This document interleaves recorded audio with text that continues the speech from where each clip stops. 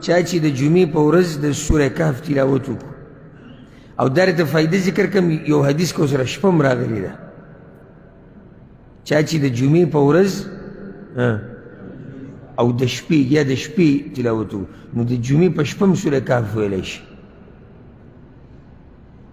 چا چې دا تلاوت وکړو اضاء له من النور ما بینه وبین الجمعتین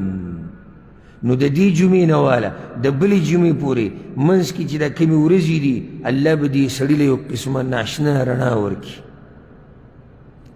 یو حدیث کې دي چې دومره رڼا به الله ورکړي لکه د ځمکې نه د اسمانه پورې او دې نه زموږ دا ډېر پښتانه ناخبره دي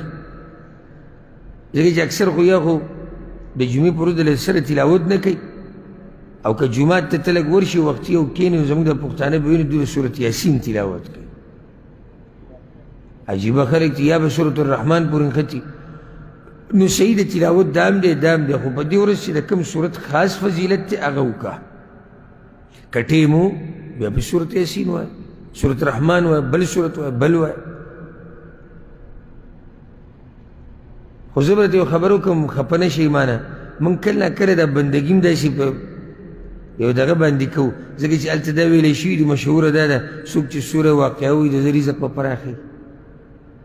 څوک چې سورت یاسین وایي دی به د مصیبت نه بچي بس موږ هم دقه دوه راټینګ کړي دي چې رزق هم ټیټ رواني مزدوري او د سختو نه الله ساتي بس دی اخوا دی خو قرآن نه څه راوړي خو په دغه دوه کار روان دی که نه دا ټول قرآن وایه الله به یې د سختو نه ساتي